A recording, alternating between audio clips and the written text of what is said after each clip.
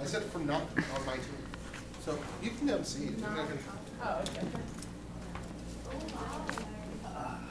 So what I'd like you to do is I'd like you to go in here, pick out a quotation.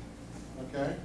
Pick something that's not too long, something that's like a line or two. Okay. And write down whatever it is, and then where it's from. Sound like a computer? Yeah, on a small slip of paper. Okay. Okay, just look at it for the next 20 minutes, something like that. Fine. Don't be too cruel. Okay. Who's doing it? You. Hello. I think I saw one of yours at States last year. I forget about the Dr. Evil quote. Oh yeah, that was. Yeah. Yeah. Wait, did you choose that? Huh? Did you choose the Dr. Evil one? It was.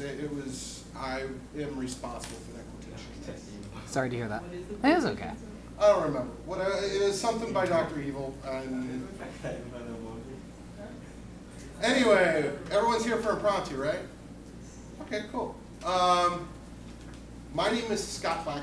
I am one of the coaches at Lafayette College, and I hope to see all of you out there competing this year in Impromptu, what is the coolest event there is. It is awesome. Impromptu is my favorite event. I love Impromptu because of just the energy involved in Impromptu. There's a different kind of feeling in a room of Impromptu than there is anywhere else, okay, and any of the other events. So that's just one of those just really cool things. How many of you have done an Impromptu speech already? Okay, okay, cool.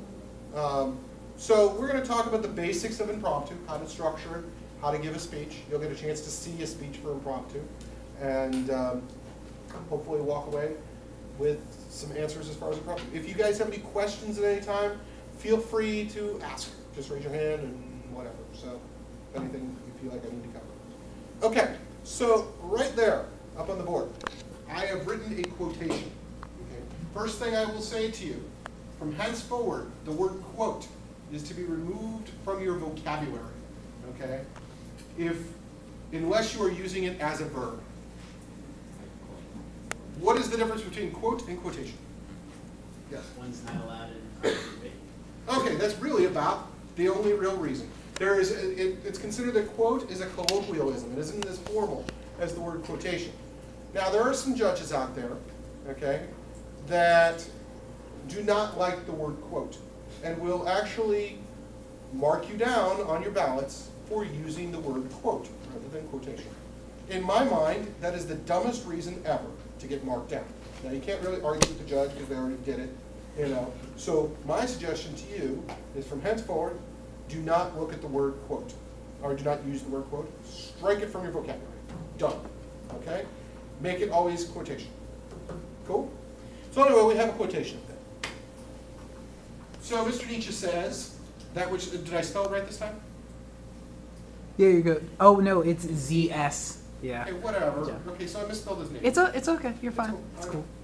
And if you and want to reverse it, it's your prerogative. Sure. It's a different Friedrich Nietzsche. Anyway, so this quotation by Friedrich Nietzsche is that which does not kill us makes us stronger. What does this quotation mean? Somebody want to define it for me? I think it kind of relates to experience and how we tend to learn from various experiences we have. For example, if it was a fatal accident or maybe somebody driving while drunk, they may not repeat the same mistake after if they actually survive the accident, because then they will have a favorable amount of knowledge about the impact it could have had on their life. So. Okay. Anyone have a different understanding of that quotation?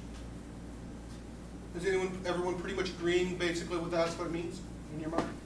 Yes, no, I'm waiting to see some Can nods. you disagree with it and say that which does not kill you, does not make you stronger? Like, you get into a car accident, you learn nothing from it, and it does not make you stronger, it's hurt you, so this quotation is wrong? You're jumping ahead of it, okay? And that's actually going to be the next step.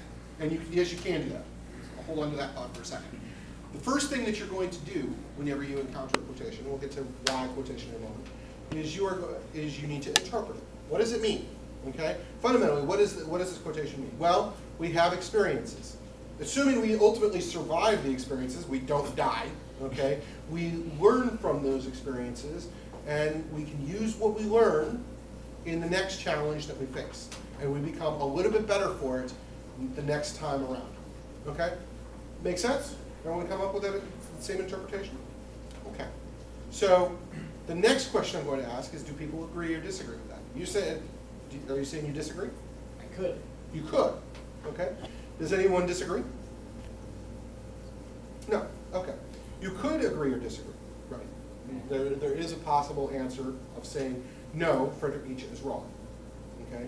That instead we learn nothing from our experiences, and instead we could just have pain and suffering inflicted on us, and it's just empty, meaningless crap.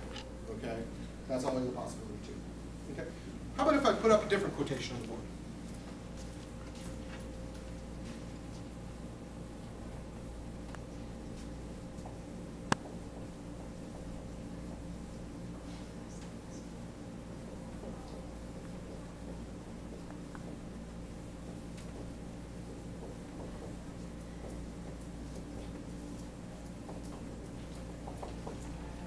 He who drinks beer thinks beer. What does John Stuart Mill mean when he says this? Are what you eat? You are what you eat. Okay, that could be an answer. Other thoughts? Probably related to our actions being more of what we are, like what we do relates entirely to what our thoughts may be. For example, if you probably are violent in your actions and hang around violent spots, then you maybe are more likely to be like that in terms of character. Okay. Okay. Whatever actions we do reflects on who we are. Okay, that's an interpretation. Are there any other interpretations out there?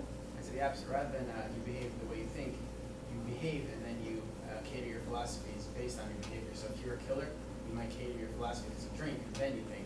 So you might just form your morality around what you how you act rather than the other way around. So We justify our moralities based on how we act. That's an interesting interpretation. Okay, that's another interpretation.